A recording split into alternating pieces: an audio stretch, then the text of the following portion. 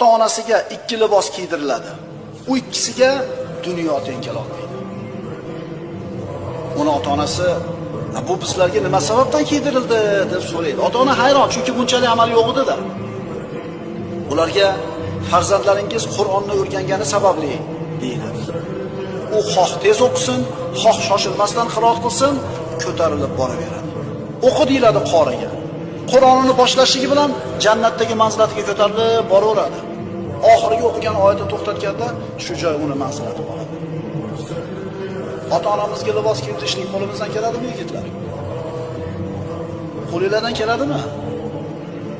Haftasiga 5 soatlab kompyuter o'tirgandek Qur'on yodlashlikka ham bir bel bog'lab o'tirishlik qo'limizdan keladimi? Shu ota-onalar sizlarni o'ldirmay, sindirmay, kuydirmay, cho'lot jimli qilmasdan shu yoshga olib keldi. Uylab joyladi. Qur'on o'qib, duo qilib orqasidan, Qur'on yodlab, ularga mana shunday libos kiydirish qo'limizdan keladimi, farzandlar?